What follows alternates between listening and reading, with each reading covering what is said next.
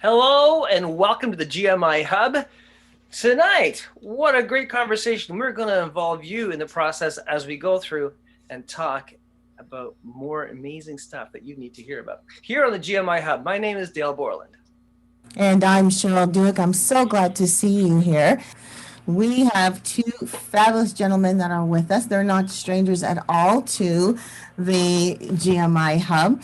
One of them you saw just a couple weeks ago, which is Rob Rose. He was sharing his story behind his Christmas song a couple weeks ago. But tonight he wants to talk and share a little bit more about networking. He's very well connected in the music field, more specifically in the media end, as well as with, I guess, internationally with the US and with the islands and the Caribbean. More than Canada.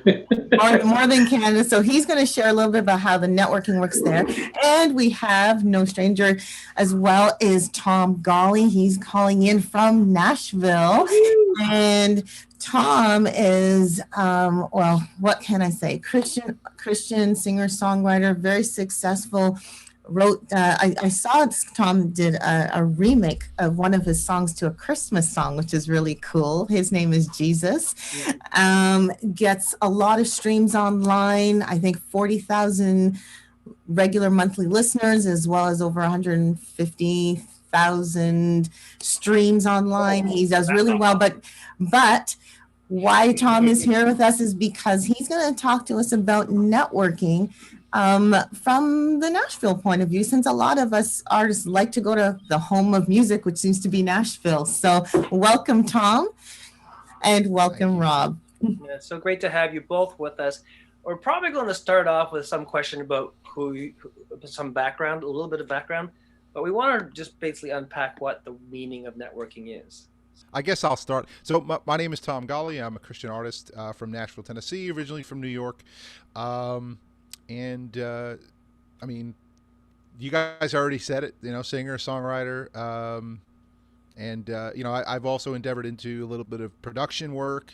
I have managed and mentored some artists in the past, and we'll continue to look to do that in the future. But ultimately, it's good to be here, good to be on the show, and happy to provide any insight I can. One little warning I'd want to give anyone who's listening is that anything that I share may just I don't know, it may work well for you, it may not work well for you. I think everyone's got their own path, and the world continually changes. I think and to very briefly answer one thing that you said is like, well, what's the meaning of networking? Well, I think that that meaning changes quite a bit, and I won't dive into it just yet because I want to let Rob introduce himself, but I'll tell you that the word networking in my circles is a 4-letter word.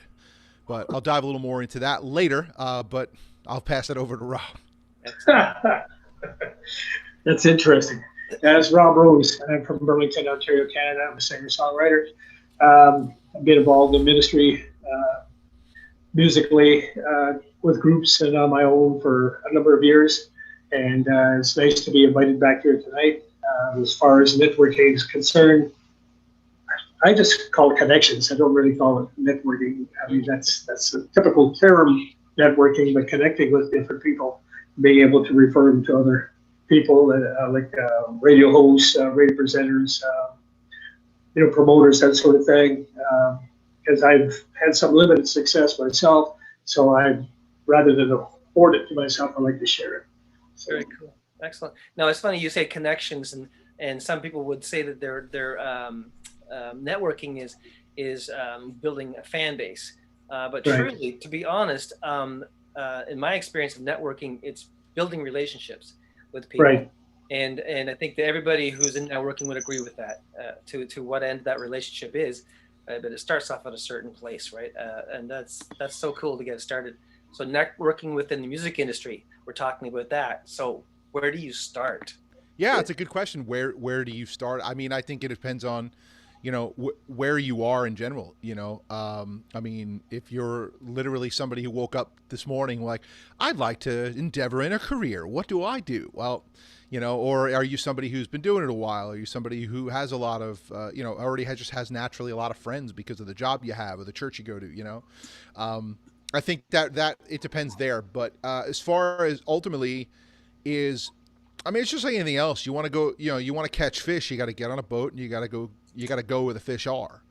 And I say for me, it's, you know, where I got started was, I mean, I went to anything I could, whether it was a concert, whether it was, you know, seminars. I mean, things like here in Nashville, they have things like Immerse. Went to songwriting conventions. I mean, anything I could, because the best advice I can give anybody in anything, I don't care if you're a singer, songwriter, you like sports, you like comedy, whatever it is, you got to find your tribe. You got to find your people. Yep. You know, it's like, you know, they say real recognizes real, right? Well, calling recognizes calling, talent recognizes talent, you know? And when you go to things like this, you find your people, you find that common ground. And where do you start? Where it's like, I mean, you just show up, say hello. And then I think step 2 of that is now what? Well, now show up, say hello. How can I help? Serve. Go into it with a servant's heart. If you go into everything with I want to meet people so they'll do stuff for me. I want to go do stuff. I want to go meet people because they can, you know, they can help me achieve my goals. Well, you're going to quickly be the person that's the networker, and no one's really going to want a whole lot to do with you. I found myself personally doing exactly what you're talking about, serving, going to a concert and just start selling other people's product for them. You know, when they're too busy, meeting at the table and that sort of thing. And basically being the same person on stage as you are off the stage, not just a hype thing on stage that they see, but they want to see you be a normal person. And it makes all the difference when you're willing to help out wherever you can. I drove all the way from Burlington up to Toronto just to sit in the heat and sell somebody's product, and they're wondering why I wasn't up there. That wasn't my time. You know, I'm just there to help somebody else. And it makes all the difference. And all of a sudden, they start looking at you differently, and they start asking you to help where they can't go, and you end up singing in a venue where they couldn't make it. That sort of thing. It just kind of runs down the line. Yeah, and I would say too, it's, you know, the other end of it too is, you know, also when I say serve, like, you can't, you know, I think it's a big heart check too. Like, be willing to serve with nothing given back to you ever. Yeah. Because one, it's, I mean, do you really have a servant's heart if what you did was to get, if he gave to get, you know? I would definitely say that, yeah, I mean, because I would say this, in anything, when I've helped other people, other artists, you name it, the best part about it is next time I see them, they know who I am and I know who they are. And it feels like, hey, that was cool. They remember me. Yeah. That, I mean, if anything, that's all I ask. If anything else comes from it, that what a blessing and a half. Or in some cases, you never know. 5 years later, you know, that person could be in a meeting and somebody brings up your name. They go, oh yeah, I remember him. He helped us out with that thing that time. Yeah. And he's willing to say he knows you. That helped you far more than anything else. So I would say, again, that's a big thing that I see a lot. And I've seen every mistake in the book. I've made a ton of mistakes with networking early on. You know, and when I said go to concerts, it's like the mistake I've made is going up to an artist and have a conversation with him. And at some point in that conversation, go, well, I'm an artist myself, you know, and I've done this. And that. Worst thing you could do. How about just, hey, man, love what you did there. Love that bridge. That's awesome. And if they ask you, oh, are you an artist? Great.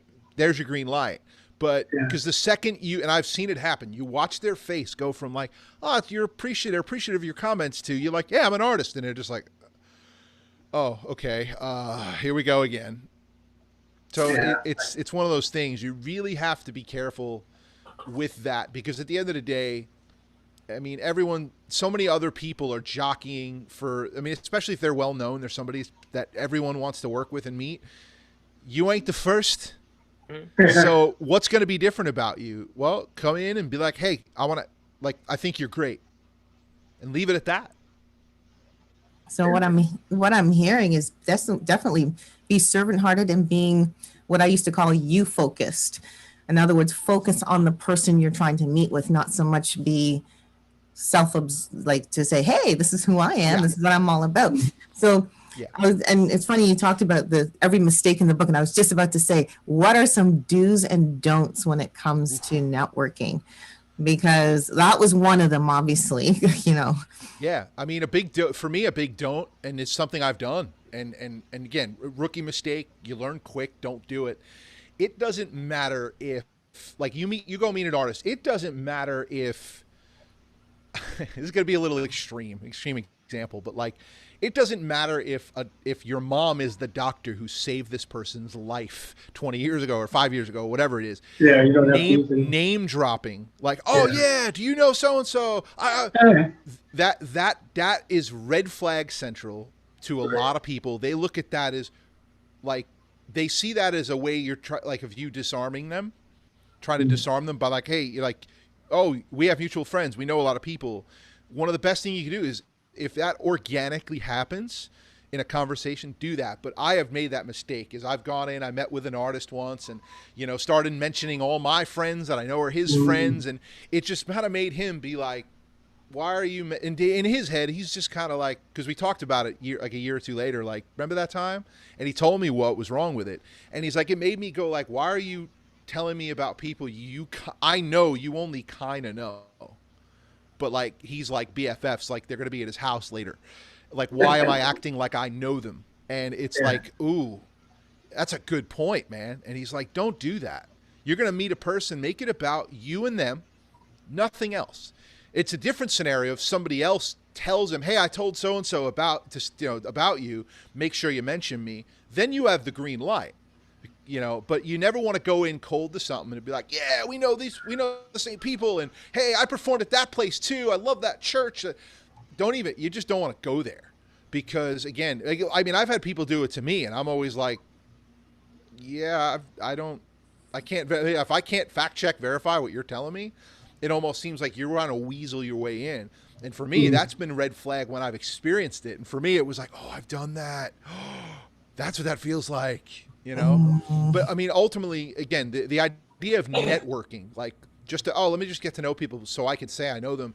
That's a bad idea. It's a bad move. It's a bad look. And I think in 2020, I mean, we have so many ways of getting ourselves in front of people, or ways we can help people that can just organically help build relationships, because ultimately relationships are the biggest and best foundation to everything you will ever do. A real, genuine, personal connection. The idea, I mean, and now I'm not talking about B2B, like business to business. That's different, because that's transactional. That's like, hey, we hire you to do this, or we ask you to do this, we'll do this for you. That's B2B. And while sure, there's a business end to the music thing, but at the end of the day, take the business away, there has to be personal relationship.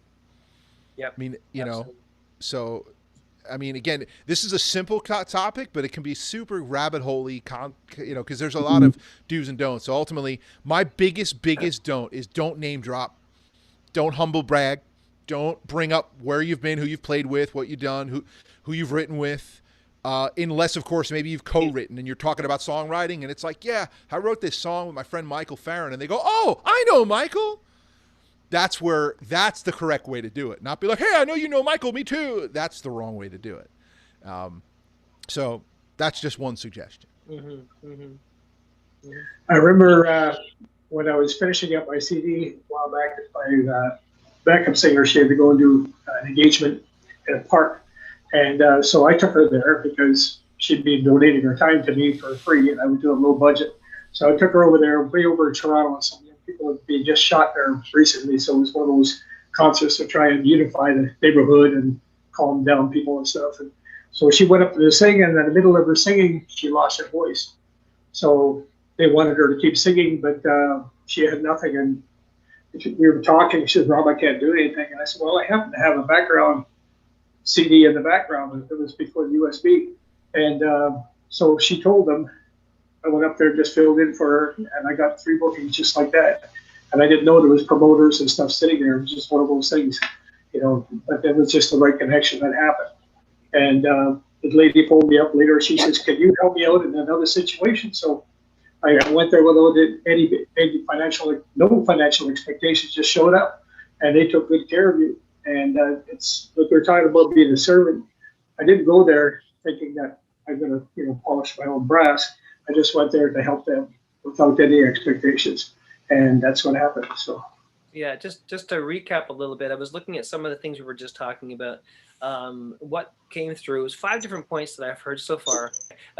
You be there, be present in the moment with the individual, be honest, be yourself, build that relationship, be ready to serve and not to be served. And in humility, you'll build those relationships. And that brings those people to network into your capacity of fan base or whatever you want to call it. So that's great. And building relationships, there's so many different ways we can do that. What are some of the ways that you guys have utilized in building those connections? Well, with me, I do a lot of online stuff. So when I have a lot of people coming to me that are on my friend base, I have about 5,000 people, something like that. And I don't really know them all, but they'll come to me and say, I got a new project. Can you share it with me? Or can you share it? So I'll just share their music with somebody. And that sort of helped network that way, and promote their music. And then I do live stuff, and they'll tell me they're doing a concert, and they'll just promote the idea that they're doing a concert such and such a time, or they'll just share their information. You're helping to encourage to do other concerts. What Tom? What about you? What do you do with people who are connecting with you to network? What things do you do? For me, it's I'll say this. It's interesting, and I don't mean to be negative about so what Rob is I think is referring to is like when people will message you and be like, hey, I just came out with this song. Can you share it on your social media? And to me, that is the number one worst way to network with other artists. Like, do not do that. Do not do that. I mean, I get people, I tell you, I will block you if you friend me and 5 minutes later on social media, and 5 minutes later I get an invite to like your music page. Bye. You're gone. Because you didn't reach out to me to connect with me. You want what I can do for you right away, right off the bat. Not interested. And I've done it. I've done this and then wondered, well, why did that person block me right away? Or why did that person not like the page? Or why does this, what happens? And I realized that, like, at the end of the day, that's, that's just part of it. It's one of those things where, to me, what's worked well for me is essentially, one is whatever it is that you do it excellently, and people are they're going to rally around it. Be like, wow, that's great. I want to learn from that, or I want to be part of that. So, I mean, especially if you're an artist getting streams, songwriters are going to want to write with you because they want songs they wrote to get cut, and they want it out there. But ultimately, like writing songs, getting to know people in that regard. But ultimately, to me, what's worked very well is created a lot of good relationships, is going into everything I do with people very honestly about what's happening here. For instance, I mean, I've made the mistake of going into, like a production relationship where someone's going to cut a project for me. And in any project you work with, especially with music, a lot of emotions get talked about, a lot of emotions get felt. And that often leads to feelings of like friendship and brotherhood or sisterhood, whatever it is. And then at the end of the day, though, once the project's over, it's over. Like, oh, we're not hanging out anymore. I thought we were friends. And it's like, no, we were business. This is just what we do. We're not lifelong buds. And I've learned that the hard way, to understand, being honest about it in the beginning, going, hey, this is a business transaction. We're going to get to know each other. We're going to cry. We're going to laugh. We're going to have good times. But have healthy expectations for what things are. And that's the one thing as a professional I've learned is, as a kid, it was like, in life, you cry with someone, you're BFFs forever, right? And in music, in songwriting, or whatever it is, crying together is a normal thing songwriters do.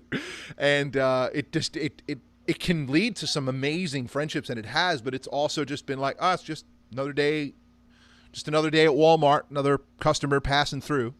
But being honest about everything going in, like, hey man, I'm here to write a song with you, get 50% credit. I hope you cut it. Great. If not, have a good day. Like, we'll write again. Just being honest about what it is, because I also have experienced and seen, like, I've had people try to come to me, they've worked with me, or I've given a lot of myself to their project, the situation, only to come away later like, wow, like that person didn't care about me at all. So I've been fooled into, giving resources because of the, that. And I say this is that might work for you once, but it doesn't work more than once. Cause and it's amazing how quickly again, very experienced people can sniff that kind of thing out. And I can assure you that if everything you do is all about like just being self-centered, being focused on, I'm gonna use people. I tell you now, like the chances of you being successful in business and in life is just few and far between. You're not going to gain many friends. You're not going to gain colleagues. You're not really going to gain much respect. But ultimately, at the end of the day, you have to, you have to really have a healthy communications with everybody about what this situation you're about to be in or you're in is. And I think everyone wins, just like in a B2B. It's like, hey, I'm going to hire you to do this thing, and this is what you're going to get paid, and this is what we're going to get results from it, and great. Right. And once the project's done, maybe we'll work together again, maybe we won't. No one's feelings are hurt. And later on, it's like, yeah, that was a great experience. Definitely work with them. Cool. So I just think honesty and just being real about what something is huge, because I didn't always know that. Right, being upfront and all that, for sure. For those of you just joining us now, we are GMIHub online, and tonight we are talking about a really important subject matter for musicians and artists, and that's connection with your fan base through networking. And networking is really important. We're unpacking it a little bit with Rob Ross and Tom Golly, and tonight we're hoping that you can pick up some nuggets of stuff that you can help to apply to your music ministry, or maybe if you know somebody who's in the music ministry, refer this to them. You know what? Go onto our YouTube channel, look at all the different videos we have there. Share the experience tonight. Let people know about it. Post it on your platform so they can not only see what we're seeing, but also maybe take a chance to maybe take a piece from what we're talking about today and apply it to what they're going through. That would be really cool. And the GMIHub online, please go check out the website, the channel, and subscribe and like and help us by building our fan base. That'd be so cool. I was just thinking of what you're talking about, the connection, where to go, like all the different conventions and so forth. But of course, with COVID, we can't really go to any conventions anymore. So how would people network now if they have to base it on online stuff? Would, for example, going on forums be a good idea or not? What do you think? Well, as a result of having been a co-host on a couple of radio shows, I've had a little more opportunity to scope out a few more connections that way than just an ordinary person. I guess I wouldn't have privy to that. You're talking to people from different countries and different situations. So New Music has a better opportunity through that as a result, and to be able to help them as well at the same time. And I've been in touch with radio stations in South Africa and all different places. And they get to know who you are a little bit, and you get to develop a little relationship because you keep in touch with them a little bit. Live talking, once a week or something like that. And so that helps a little bit. Being up on different events, making yourself available, writing on, coming up to a radio station of your genre or whatever genre that's close to you. And just, hi, this is so-and-so from whatever area. Just put your, this is what I've done anyway. And I've put my a Reverb Nation, whatever thing on there. And next thing you know, I got invited to submit my music to this station in Sweden and a few other places. And then from there, you got an interview and different things like that. So it's not always the best thing to do, I guess. But at this time, you kind of improvise. It's a lot of different situations you normally would use. How about you, Tom? How is networking happening now in Nashville? In a lot of ways, it's in the traditional forms. It's not. I would say, depending on what you're doing, it depends on of course, depends on a lot of things. Like for me, again, I hate to use the word networking, but for me, what the nice thing is that it is allowed, opportunities to just get together or meet because people aren't touring all the time. People aren't in the middle of a million projects. So, the way it is working is, maybe people who have a lot of respect for each other are like, hey, I really like your songs. I'd love to write with you. What I've done is I've basically, again, I have kind of, my business model or my artist model has always been to try to do everything I can as excellent as I possibly can. because I feel like I mean, you do something well, people are gonna see it and maybe want to do it too, or learn from you, or just get behind you, rally around you in some way. So I'll just put it up on social media. Hey, I'm looking for co-writers. Like 2021, I want to release more music. Let people know what I'm doing, and a lot of people just come to me. And there are some people that aren't super experienced, where I'm just at a point where like I can't work with a new songwriter right now. I just don't have the bandwidth or the time to walk with new songwriters. But but that's cool. That's someone I'm like, hey, once I get a little time, I'd love to work with you in the future. But feel free, as you write, send me stuff. I'm happy to critique it, listen to it. As far as co-writes, I'm just not there right now with newer songwriters.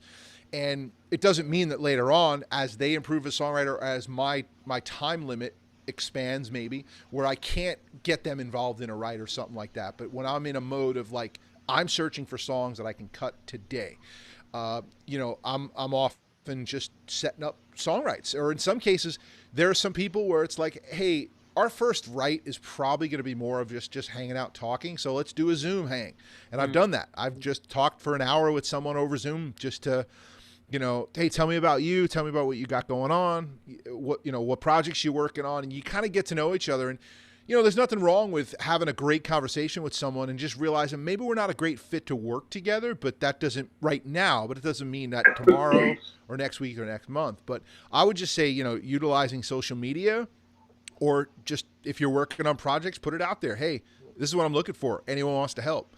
And just those conversations, even conversations when you're like, no, I don't think you're the right fit for it, but hey, tell me more about you. And as you get to know them, you never know what that can lead to. I mean, I had an artist reach out to me 2 years ago, which just this year reached out to me, and they were finally kind of to a point where I'm like, okay, I can think I can help you now. And, I worked with that artist. And so, it all begins with just listening, being honest, having that conversation, getting to know them, and just kind of seeing where you're at, where they're at. And, not everyone's going to be the perfect person to work with. Not everyone's going to be your best friend in the initial moment, but it could take time. I mean, one of my closest friends, we joke around all the time. When I first met him, I thought he was nuts. And I just was like, get me away from him. And about a year later, we end up like meeting at we're both at a festival. I was there for me, and he was there for another artist, and we got to talking. And I'm like, that was a cool guy. He's different this time, and it just takes a little time. And next thing you know, he's like my right hand man. So it's amazing what can happen. I would just say, but just you got to utilize social media in a big way, and you don't have to make everything about business or about the artistry. Just be about a person. Like, how effective, what's the most effective way to use social media for networking? Because that might be something that someone just throws out as a catchphrase. Oh yeah, just use social media. But what does that mean? How do I do that? It's a good question. I would say, essentially it's relatively organic. I mean, for me, it's always been that way. It's kind of like, I'll give you an example. Like, I'll have one songwriter friend drop a song they wrote, and they'll tag the other co-writers. And, it's like, cool. Well, I don't know those two, but I know that person. So obviously I want to be congratulatory to my friend, but I'll also congratulatory, hey, great song, those other guys. You guys are great writers. I'd love to chat with you in the future and hear about more. I'd love to reach out to them. Hey, I'd love to hear more about what you've written. And people, I mean, let's face it. I mean, if you're in the entertainment industry in any regard, you love to be heard. You love to be seen. So when someone's like, hey, I'd love to hear your work, you bet your bottom dollar they're probably going to go, sure, here, and they'll send it to you. They'll show you, or maybe they'll link you to something and you could check them out. But that's the way to do it. People, let's face it, give people attention. Give people their just desserts as far as like, hey, what you do is great, and I think it's great. So let me just get a feel here. The idea is, if you see something on social media that another artist has done, and you think to yourself, wow, that's keen, I'm going to let them know. That's a good way to build relationships. But what about you as an artist posting your own stuff, your music, to try and get a buzz? Well, in that, I'm really in that I've always been very intentional. I'm targeting fans. I'm targeting listeners, not fellow musicians, not producers, I'm not even trying to get a record label to hear it and go, wow, that's great. I literally, when I'm posting my own stuff, it is for people who are the consumer, if you will. I hate to use that word, but like the listener of my music, or people who are going to want to see me live. I personally don't really target, people with that, like, because I feel like trying to impress your peers is useless. It's pointless.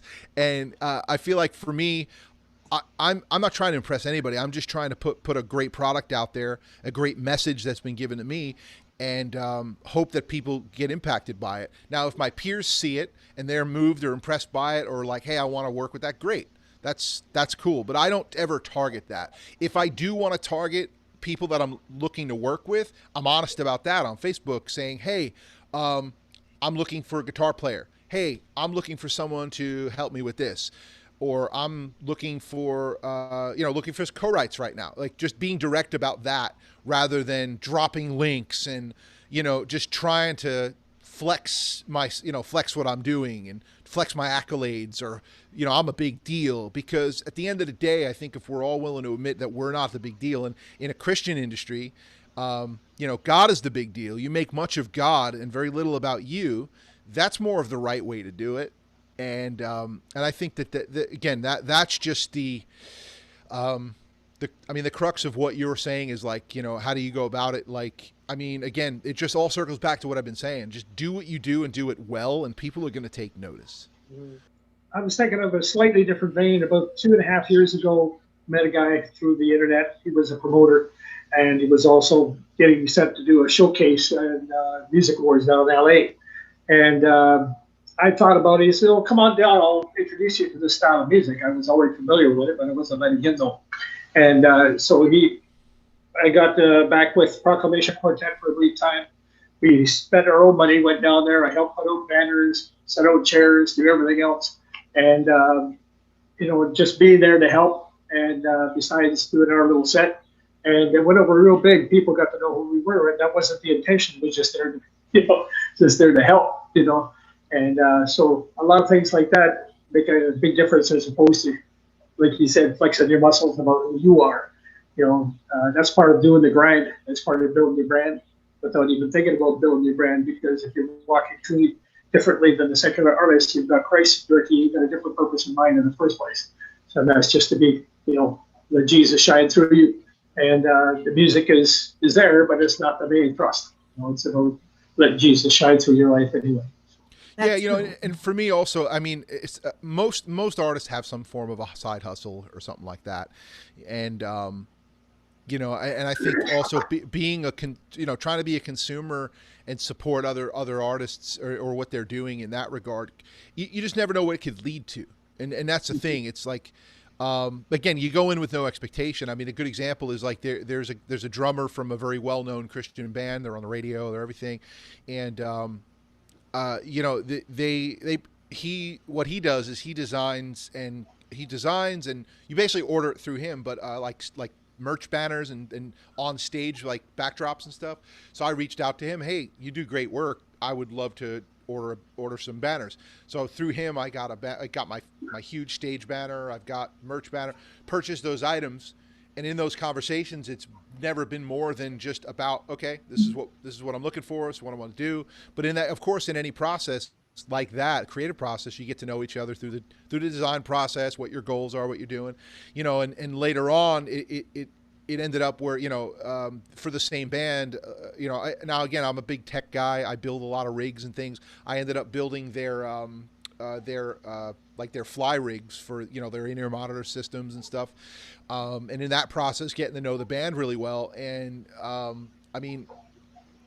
what I've gotten out of it is some great friends, great supporters, people that I can send stuff to. Go, hey, listen to this. What do you think? Get honest opinions, maybe some advice, things like that. And honestly, all of it's great to just, during COVID, the shutdown, it was great having friends that I can call and go, man, having the shutdown is killing me. How about you? And just having that common ground.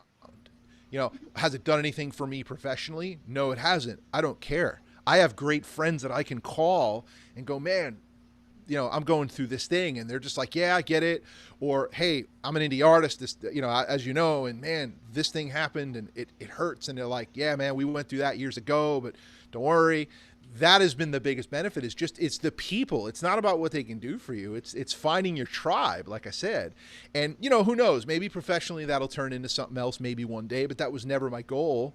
But ultimately, the nice thing about it is that, and I've tried to remind people, I don't care if it's business, I don't care if it's music or what it is the reality of it is we're all going to die one day.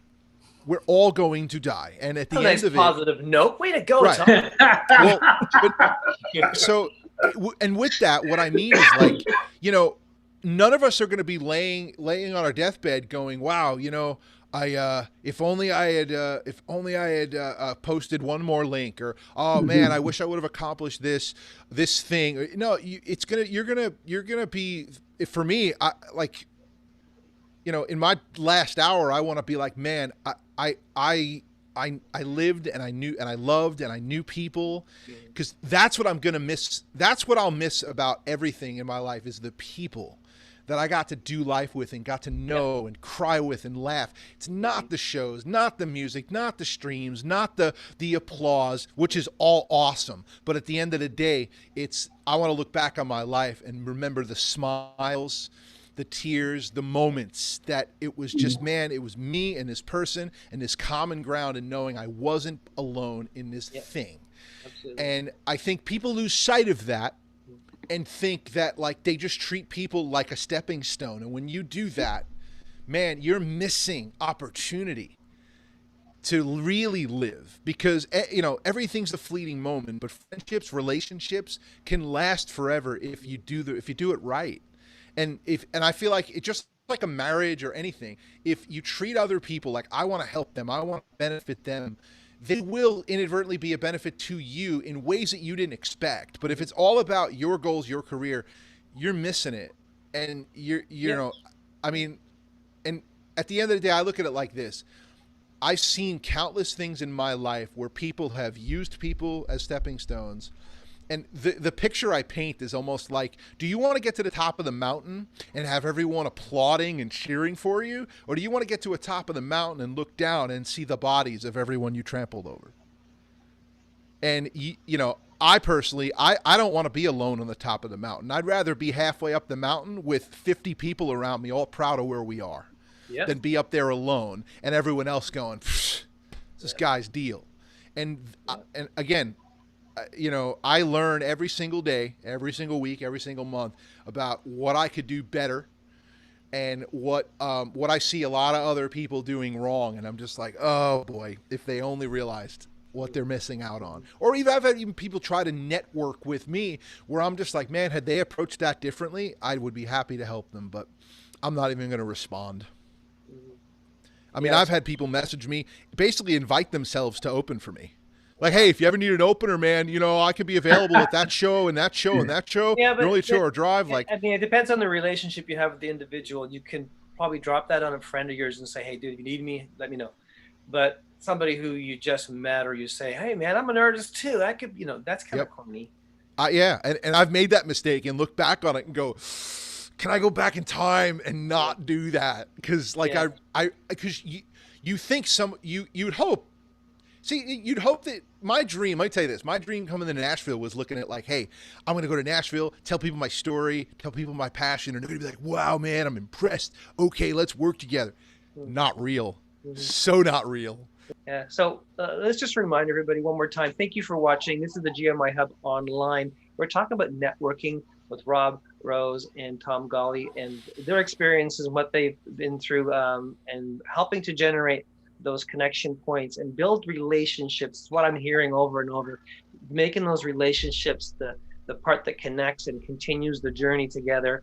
And it's not us and them, it's us together, building each other. Because one of the comments that I think rang true in my mind was whenever Tom was talking about people and don't step on them on the way up. You gotta build relationships with them. I'm taking a little maybe words out of from the, Tom didn't say this, but it's more like you're beside the person, and even sometimes you may end up helping them do more than you. But that journey is part of the process. And yeah, anyway, so for those of you who are watching GMIHub online, thank you so much. Please share the experience, let people know about it, and subscribe and like the videos. Please, please, please, that'd be so cool. I was just thinking about this whole thing about the industry, music, and networking. Has COVID leveled the playing field now? Is it easier? Is it easier for anybody to now have an opportunity to sit and get an executive or somebody in the industry? Is that true? I don't know about the executive part. Tom will know more about that, but I know when it comes to radio stations and that sort of thing, it's a lot easier, especially a lot of online that are heard all over the place, the Caribbean and so on. To be able to get your music heard and other people to get heard. When I was on the radio station over in Sweden, there was artists that came on and they had been in a contest and we had to interview them. So they were trying to figure out how to get their music elsewhere. And if I thought they were good enough, I would suggest, talk to me off air. And I would send them some radio stations down Belize or Nassau or whatever, just so they help them get their feet wet so they're getting outside the country and other people would hear their music if I thought it was good enough.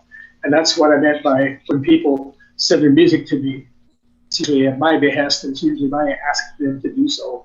I don't get any Tom, Dick, and Harry and ask them to send their music or let them throw it at me. I just try to help whoever I feel can help, Yeah. So Tom, you feel it's easier now for people to network? I mean, I think peer to peer, yeah, for me, yes. A lot of the songwriters that also, are touring artists, or maybe maybe some of them are tech guys or whatever they might be. But for a lot of songwriters, yes, it's been easier to get opportunities to co-write with some people who are normally very, very busy, or even work with a producer that normally is producing on the side, but again, also touring. I would say that I wouldn't say it's leveled the playing field, because there's plenty of people that, because of COVID, like for instance, like record labels, I know there's been some signings here and there, but a lot of record labels they're scrambling to make up for a lot of lost income because of no touring. So they're not really, the last thing they're interested in, I think, is something new right now. Unless it's something that they really, really believe that is going to be gigantic. But I mean, again, I could be wrong on that, but that's just what I've kind of seen from my perspective. But sure. It's easier to, I think, depending on what you're looking for. But again, peer to peer, in my experience, yeah, it's been easier just because, again, people have a little more time on their hands, or they're already on their computer a lot. So, getting them to actually read a message that you'd send or something gives them the opportunity to maybe do that. Yeah. And because, like, one of the exciting things that if COVID brought anything positive is that it's normalized this. FaceTime or video, where a lot of people, I think, always had a phobia of being on a video. I mean, I know people that forget they never wanted to be on a video a day in their life, but they've normalized this kind of thing, where I think it's changed the game for a lot of. Perfect example, I was in a write today with two others. We started a song, which I prefer to write in person, but we all know that, like, to finish the song, we maybe need an hour. So we're just gonna talk later and figure out a day to pop on Zoom during a lunch hour, could be in our car and go over the remainder of it. Whereas prior to COVID, like, having a group, an easy way to do this and group do that and have a group discussion and go over things, it's just helped normalize it. So it certainly has helped. And yeah, it is definitely easier peer to peer. But again, you're trying to pitch radio stations with your music, things like that. I don't know that it's leveled the playing field, only because I think that so many people now have the time to invest in sending it. Now it's just more noise. Right. Yeah. In the radio industry, it may not have changed too much. They've changed the way they do things, but the process is probably the same. But yeah, I think you're right. That's not changed too much. But peer-to-peer, for sure. Yeah, I think there'd be more opportunities probably for connections.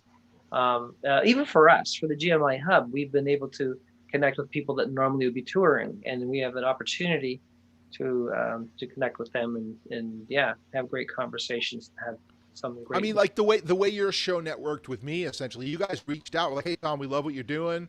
It's really great. We checked it all out. It's really cool. Hey, we got this show. We'd love to have you on sometime.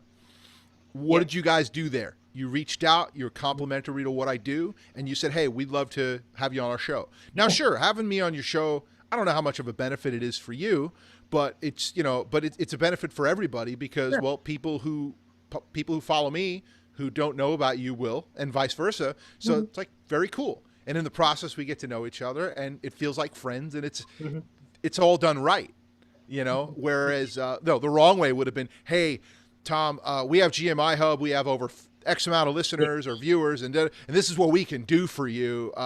You should come. It's like, or just you coming. I mean, I've had, for another example, I've had somebody come to me and go, hey man, I'm having trouble getting bookings. Can I go on a tour with you? You're my last hope. And I'm just like, whoa, bro, I don't know you from Adam. I don't know if I want to go on a road with you yet. Slow down, and I think that, the best way to network is again, and for me, networking is a 4-letter word. I hate the word. For me, it's like, I would just, build relationships. That's it. Build relationships. Forget the networking. To me, that's a 4-letter word because it just has that connotation of, let me pass my business card to you, and now you're a connection in my Rolodex. And for those watching at home who don't know what a Rolodex is, it's a thing that you can sit on your desk with cards in it. Yeah. And by the way, I don't think Tom can't spell. He knows that connection doesn't have 4 letters in it. Just move on.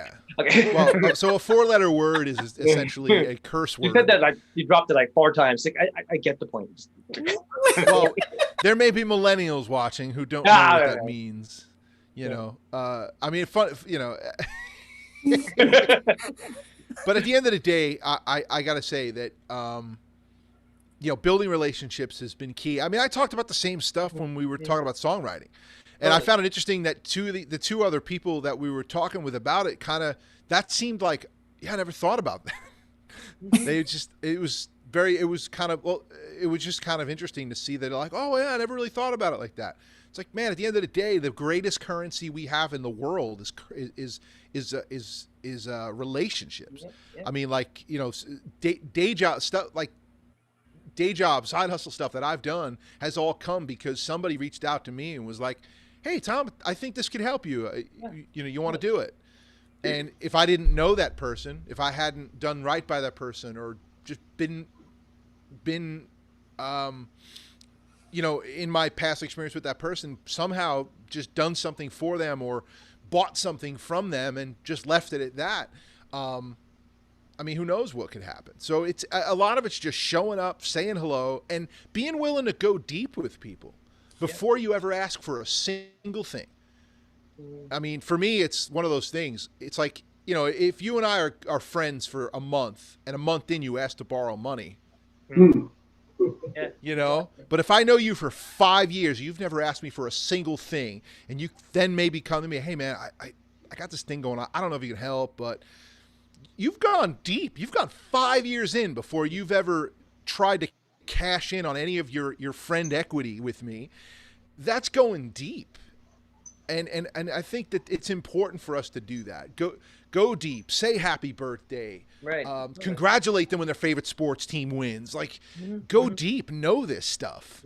Because if you don't know this stuff about this person, you're failing at building a relationship. And I mean, it's such a simple concept that we've gotten away from. And I think part of the reason is because social media has made relationships easier, but also much more surfacey because we can just scroll through. Right, but the thing is, I think that's great you touched on that, we can actually utilize social media to have a deeper relationship with people.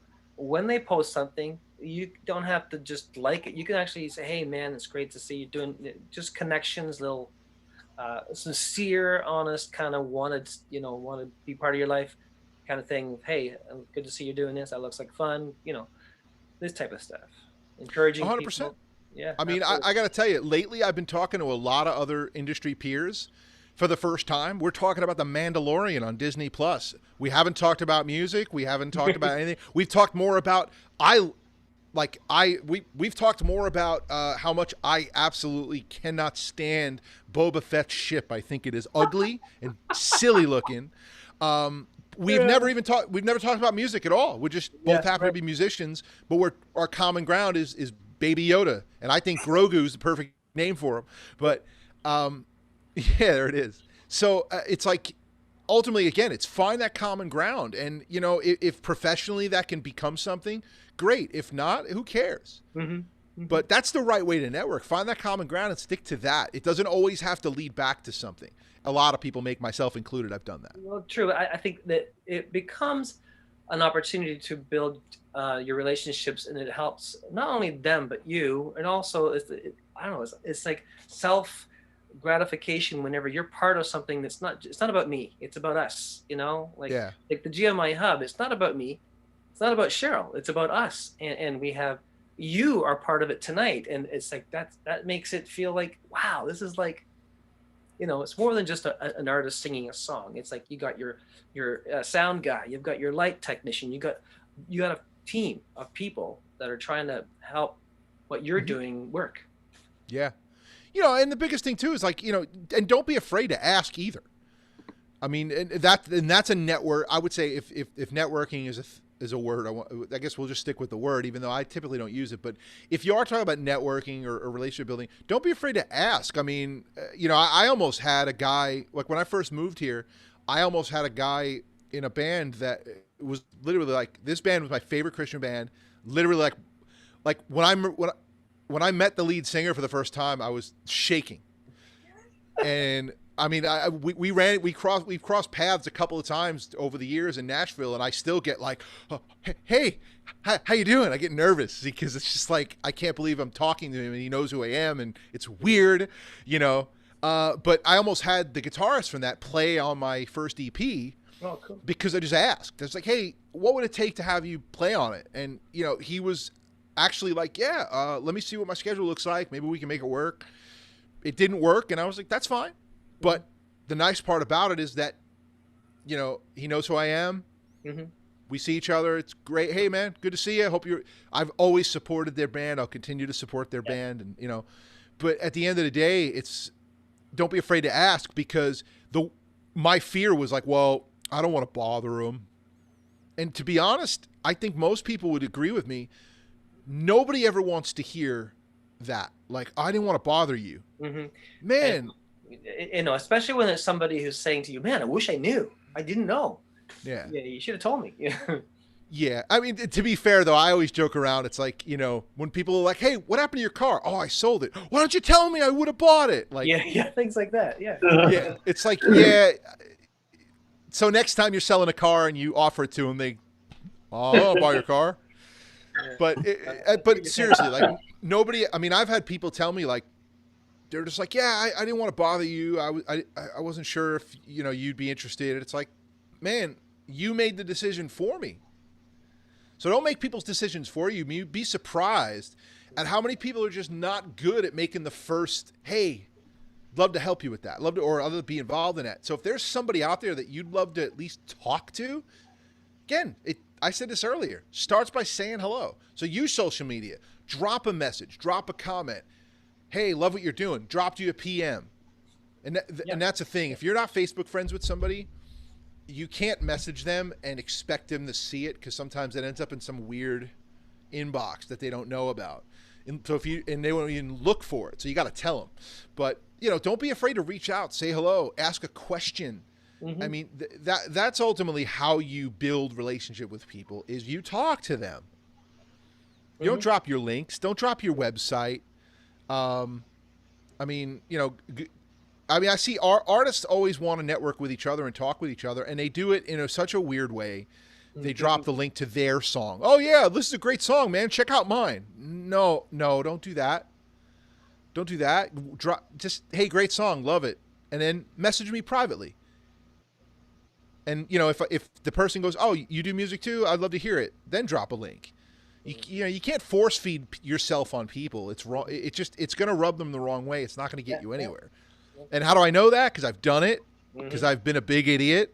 And there's no going back. That first impression, if you'll get like, you rarely get another chance to prove that you're not that guy. Well, you had a chance with that guy mentioned earlier. You said the second time you met him, you got a better impression of him. So he had 2 chances at a first impression, which is some people do, you know, I mean, but not all the time. I mean, I know. No, that's for sure. And even at that first time you met them will always ring in your mind. Mm-hmm. Yeah. 100%. And you know, and again, with him, it was one of those like, oh, I had that figured wrong.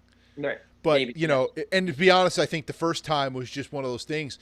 He was, you know, just so excited to be doing what he was doing that I was just like, oh, that kid's got energy. Mm-hmm. But at the end of the day, you're right. I mean, you know, you'll never, but you can't count on that. Not everyone is as you don't get that forgiving or understanding. Yeah. And I think that's actually been a huge flaw in my life, is I've always been like, there's been situations where I've had people wrong me on the first time I've ever met them or dealt with them, and I've given them another chance. Yeah. And so that might just be a personal flaw, but I know a lot of people are. It might be just a personality thing. Yeah, well, I mean, a lot of people keep themselves so guarded, and rightfully so. I mean, the Bible says to guard your heart. They keep their hearts so guarded that at the end of everything, it's like that first impression. If you know, red flag goes off, you're out forever. And you know what? There's nothing wrong with that. Can't fault people for it. You got to guard your heart. You have to. And you know what? If God puts it on their heart to change their mind or change their heart about you, because you handled the situation all wrong in your, you know, maybe just ignorance or youth, or you weren't sure how to handle that, then great. That's great news. But at the end of the day, it's, you know, networking is really, really difficult because not everyone wants to work with you. Not everyone's going to want to be your friend, and you have to be okay with that. And I really think the crux of everything is back to what I've said at the beginning. Do everything very well. Everything that you're going to do it as well as you can do it. But, you know, just be a very, just be confident in who you are and be okay with it. It sounds like you're doing a wrap up, and I want to get to that question. But Cheryl, anything you need to add? Well, I was just checking the chat line just to see if there are any questions from our audience. And there was one question. It's not entirely related to networking per se, but someone did have a question about what labels listen to, and you know, whether it's grassroots music and so forth. And well, Tom, if someone came to you and asked you this question, you know, what do labels listen to as part of a networking thing? How would you read that? You know, I'm still trying to figure out the answer to that question. Mm-hmm. Yeah. I you know, I just don't know what the labels listen to. Mm-hmm. What I do know is that labels are, from what I've seen, what I've been told, what I've experienced, labels are just, they're looking for fresh, new, exciting, marketable. Yeah. Okay. They're looking for all of that. Because I don't know if I agree with the fresh and new part. It sounds like, to me, a lot of stuff is coming out. It's all the same. Well, I'm not talking about songs. You're talking, because ultimately, I mean, if it depends on what you're talking about. If they're looking for songs, that's different. I mean, I know what labels have told me that they would want to see from me, and at the same time, it's funny because every label has that I not that I've talked to a ton, but any label I have talked to, they each say something completely different. I don't know how to answer that question. I think like if you got, I think you're better off asking label guys to come on your show and answer questions like that. Because if I knew the answer to that, I might be a signed artist on a label right now. But I think ultimately what they're nowadays, just labels are looking for great music. I mean, every label, like I have a contact at one label that every song I ever come out with, I send it to him before I ever release it. And literally the same thing is, hey, this is good. I really like this. Keep going. You know, we're always looking for great songs. This is a great song. Just keep up the good work. They're ultimately looking for that one song that they go, oh, this one, yes. And that can change your life, change your game. It doesn't matter. I mean, and yeah, sure, you know, build your following as an artist, build all those things. But again, this all boils back to what I said earlier. greatness. Build, do what you do, and do it excellent. If you're gonna write songs, go for great songs, not just okay songs. Like really strive for greatness. That's what they're telling me. That's what they've told me I need to do. That's what I strive for, and I think that's what's gonna get a label's attention more than anything else. That or be like one of the most beautiful people on the planet, then I think you're just in. Yeah. Unfortunately, I have to rely on my personality. Tom, you're awesome. You know what? I'll say that as I was listening to this, I was going, I've been refreshed because one of the things, like what you've talked about, Tom, a lot, actually what both of you have talked about really, is you've actually said exactly the reason why we exist. Because there are people that want to move up they want to have a career in the music industry, but they go, oh, we face a bunch of roadblocks and, no one's going to want to help us. We can't get in the inner circle. And then yet on the other side, there are people that are quote unquote in the inner circle going, man, if I could share with people what I knew, all the mistakes I made, or if I could help someone or mentor someone, this would be awesome. So the whole reason we exist is because we're trying to do that. We're trying to bring the two parties together. So I'm so glad, Tom, that you said what you said about that. Like sometimes just simply ask and people would be surprised. And we're not to make the decision for you. Like we don't say, oh, we don't want to bother you. And really you're saying, no, excuse me, I've been wanting to help all along. And I love the fact that that's one reason why we call you back, is I know that you have a mentor's heart. Like you have a heart to just mentor people. And that's one of our little, I don't know if I can call it mantras, but one of the things. Our core values. As a core value, there's a word. It's a core value. It's encouraging unity, community, mentorship, and talent growth. And just this very conversation about building relationships is like at the core of the core, if that makes any sense. So I love that you're sharing that.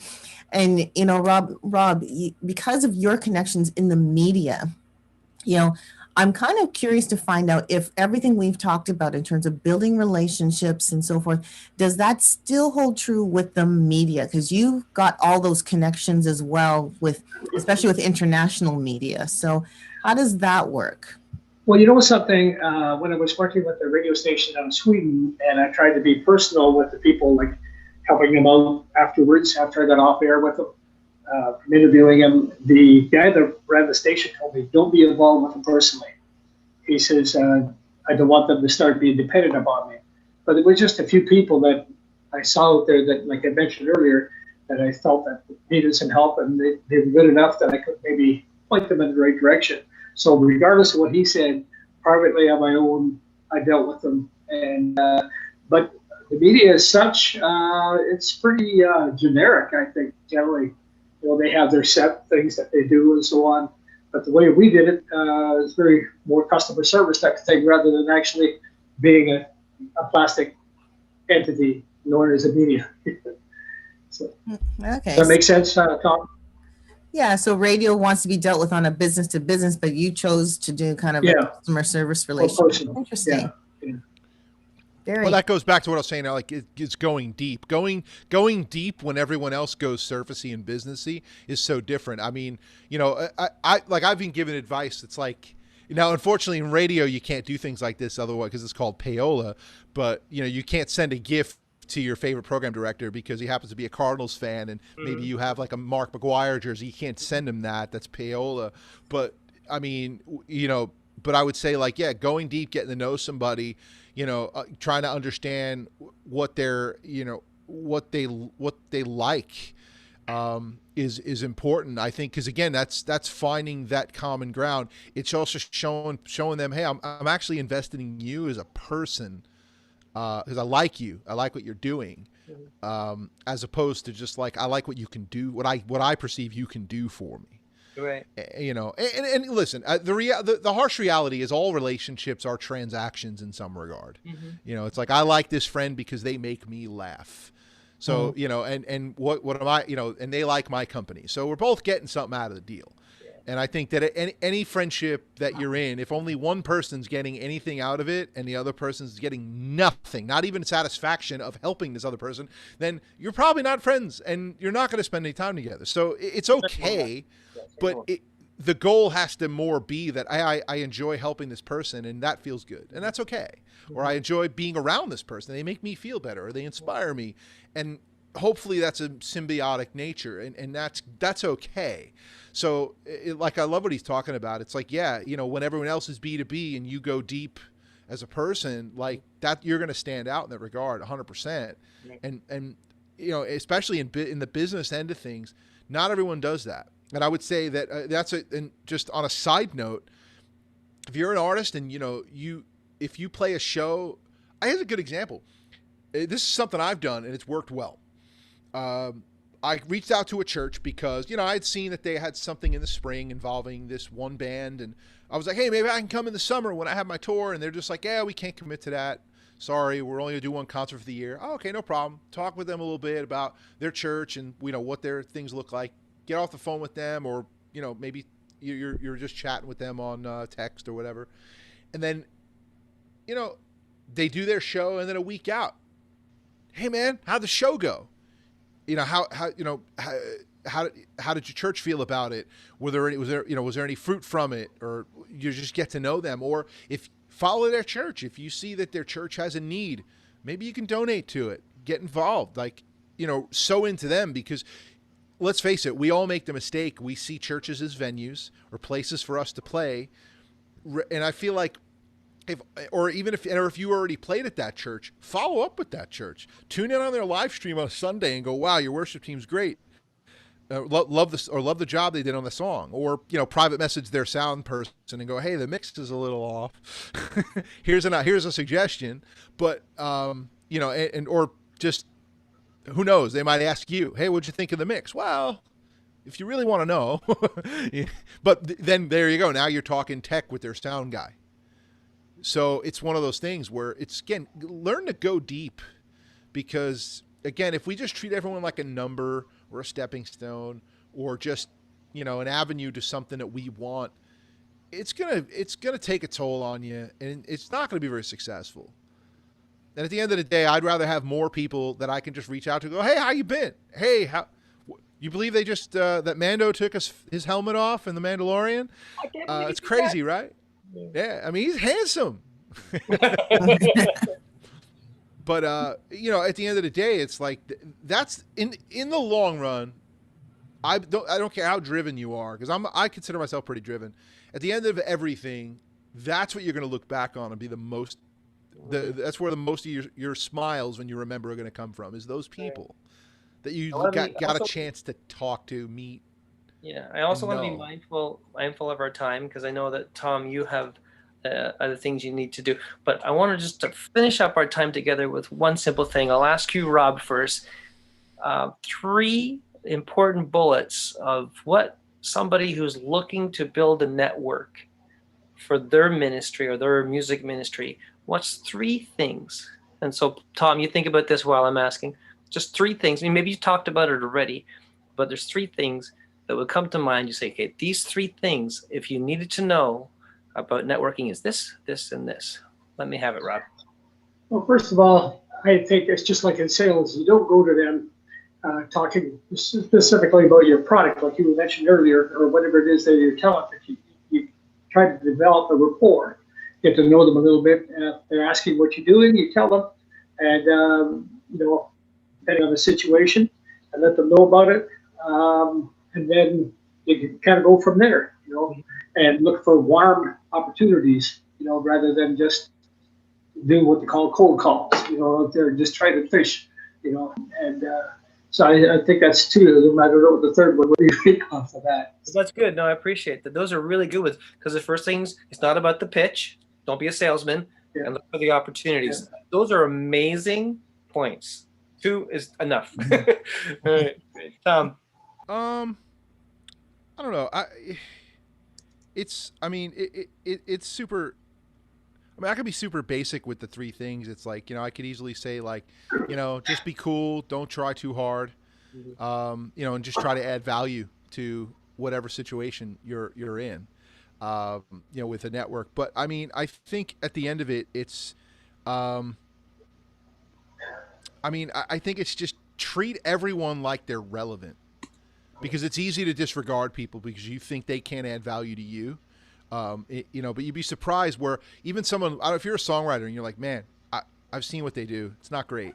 Time getting to know them can completely add value to your life in a way that you didn't expect.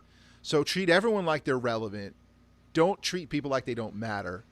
And definitely just don't ignore people. That's the worst. I think that's a quick way to put yourself in a category very quickly, as maybe you're you think they think who they are.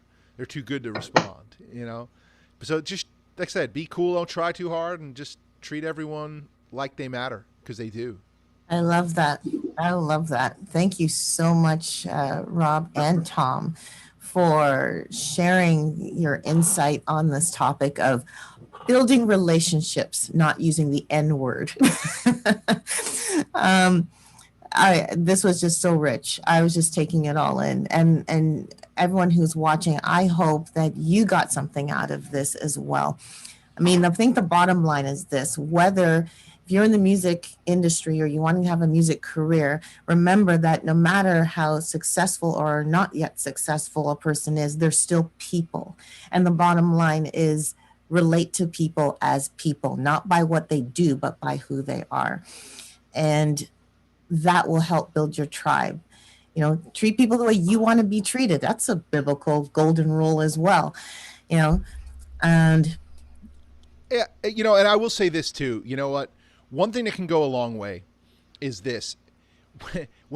Here's a great example. When you see a post, I don't care how bad you want to play gigs or whatever, but I think what can go a really long way is when, for instance, you see a post on Facebook, hey, we're looking for bands for this festival. Now, you can become everyone, just like everyone else, in a sea full of like, pick me, here's my links, I'm an artist. You know what? When you see maybe another band that you know or like is trying to get the gig, you could be the one who comments like, man, like this sounds like a cool gig, but if you don't pick XYZ band, you guys are crazy. You're missing out. Now, it's obvious that, especially if they're a festival and you're doing anything, they know you exist. But man, point to someone else. Go, hey man, those guys, you want them. That's going to make you stand out. You're going to be that one guy where someone's like, wow, he totally could have been like, pick me, but you went, nah, man, I vouch for him. That's going to go a long way, where a lot of the people are going to be like, wow, he's not all about himself. He totally could have been like, hey, pick me, and jockeyed for it. But instead, you vouched for someone else. That's huge. I mean, I've seen guys, and I've done this just because, JJ Weeks and I both put out a song the same day. And I really like JJ Weeks, so I shared my song, new release, hey, everyone. About an hour later, I'm like, hey, guys, by the way, I'm like, if you like my song, you're going to love JJ's song too. Now I did that because I genuinely believe in JJ. I love JJ. He's been so good to me. And least I can do is share a great song that I think is great. But, it's like, don't be afraid to be the guy who stands up for somebody else in a situation. Don't always make it about you. So that was just something I thought of real quick. Like, it's a way for you to sidestep and put someone else before you is a huge win, not just with the person you put for you, but the person that you're vouching for them with, and everyone else who sees it is like, cool. Yeah, exactly. It's humility, right? And putting that. Yeah, just be a cheerleader for others. That's gonna, when you go to a show, don't hang out in the green room. Don't hang out in the green room after your set. Like, I can understand before wanting to be prepared, but if you're early in the card, go out there and be in the front row cheering on every other band that plays after you. Yep. Don't sit in the green room like you're a big deal and no one knows it yet. Go out there and be like, yeah, sing along to the songs. That's going to carry you farther, and you're going to get more enjoyment out of life because you took it in. Mm-hmm. And you're going to learn by watching, not sitting in your green room, or if you're blessed to have a bus, sit on your bus like too cool for school. Go out and support Go out and build, because at the end of the day, like I said earlier, you're going to die. You're going to get very old. You're not going to be able to do this one day. And you're going to look back and what are you going to think of? You're not going to be like, wow, I wish I could take a stage again. You're going to be like, man, I wish I could hang out with those people again. I missed the laughs. Every professional athlete does not miss the game. They miss the locker room. They miss the traveling. They miss the fans. They miss the people. You're going to miss that. So if you're not doing that, if you're not cultivating that, you're missing out on so much. You're missing the point of all of it. You're missing it. That's really interesting because whenever I go to concerts, especially at a new place that I've never been before, and particularly amongst West Indian and African people, that's primarily where I sing a lot. And I'll just walk into the audience and just start getting to know them, and they don't even know that I'm singing yet. It's just a matter of getting to know them. And when they see you up there, all of a sudden they kind of feel like they know you a little bit. But it's just the way my dad and mom raised me, to be just real with people, wherever you go. That's it. That's what it boils down to. Real, authentic relationships is the way to live life. This has been great. I love the input you both have had this evening. It's been fantastic. We spent an hour and 15 minutes here. It's been great to hang out with you guys. Well, thank you. Well, thank you. Good to be here. Yeah, it was good to be here too. There's Good lots. to meet you, Tom. Well, there's been lots of gems. And like I said, thank you so much, everyone, for joining us. Remember, GMIHub encourages unity, community, mentorship, and talent growth. And we do that through conversations like this. We do that through special projects like our Christmas album, that which is a compilation of different artists that have written Christmas songs for you to enjoy. So feel free to go and check those out at gmihub.bandcamp.com. I think you're missing a song on that. Aren't you? Yours. I'm missing yours. I want your song. You need to come to Canada, eh? And you know what? I know the Christmas season is upon us. We want to make sure, and we want to make sure we share this with you, that, we care about you. I know COVID is really tough on a lot of us, but I pray, just like what was said today, that you would find people that you can connect with. Don't be alone at this Christmas season. Find people that you can connect with, even if you only can connect on Zoom, but at least it's people you can connect with. Stay healthy, stay safe, and we'll be back next week with Studio Talk and talking about the good, the bad, and the ugly. So I'll be the ugly. Well, The good Cheryl, and we'll let Daryl be the bad. there you go. Well, on that note, we'll see you all next week. Thank you all for being here.